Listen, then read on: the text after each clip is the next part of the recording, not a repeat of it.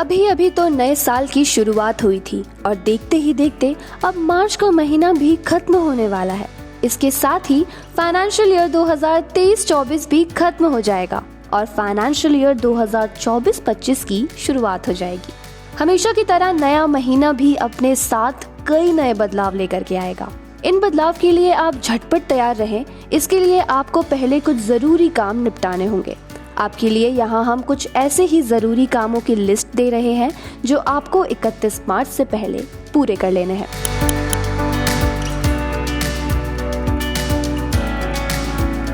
Financial year 2020-21 के लिए updated income return दाखिल करने की लास्ट डेट 31 मार्च 2024 है। ऐसे टैक्स पेयर्स जिन्होंने इस फाइनेंशियल ईयर में अपना रिटर्न फाइल नहीं किया था या अपनी आय का कुछ हिस्सा नहीं दिखा पाए थे या फिर अपने इनकम टैक्स रिटर्न में कुछ गलत डिटेल फाइल कर दी थी, ऐसे परिस्थितियों में वो इनकम टैक्स पोर्टल पर जाकर अपडेटेड रिटर्न फाइल कर सकते हैं।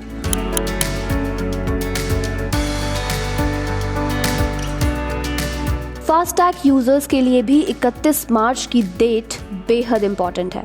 National highway authority of India ने यूजर्स के लिए फास्टैग की केवाईसी डिटेल्स अपडेट करने के लिए अब डेडलाइन बढ़ा दी है। इससे पहले आखिरी तारीख 29 फरवरी थी, जिसे अब बढ़ाकर 31 मार्च कर दिया गया है। अपने फास्टैग की केवाईसी डिटेल्स अपडेट न करने पर 1 अप्रैल से आपका फास्टैग अकाउंट और डिवाइस दोनों ही अवैध हो जाएंगे।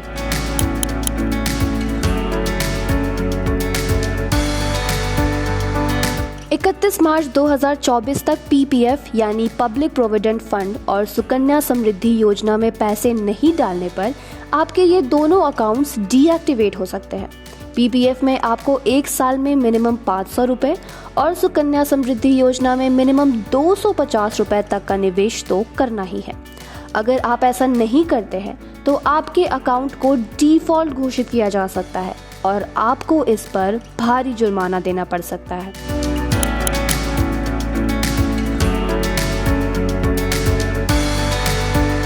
आखिरी और सबसे जरूरी बात, अप्रैल से इनकम टैक्स रिटर्न फाइल करने का दौर शुरू हो जाएगा। अगर फाइनेंशियल ईयर 2023-24 के लिए आप ओल्ड टैक्स रेजिम में टैक्स फाइल कर रहे हैं तो आप अपने निवेश पर टैक्स छूट भी क्लेम कर सकते हैं। अगर आपने पहले टैक्स सेविंग इंस्ट्रूमेंट में निवेश नहीं किया है तो आप 31 मार्च से पहले इनमें निवेश करके टैक्स बचा सकते हैं।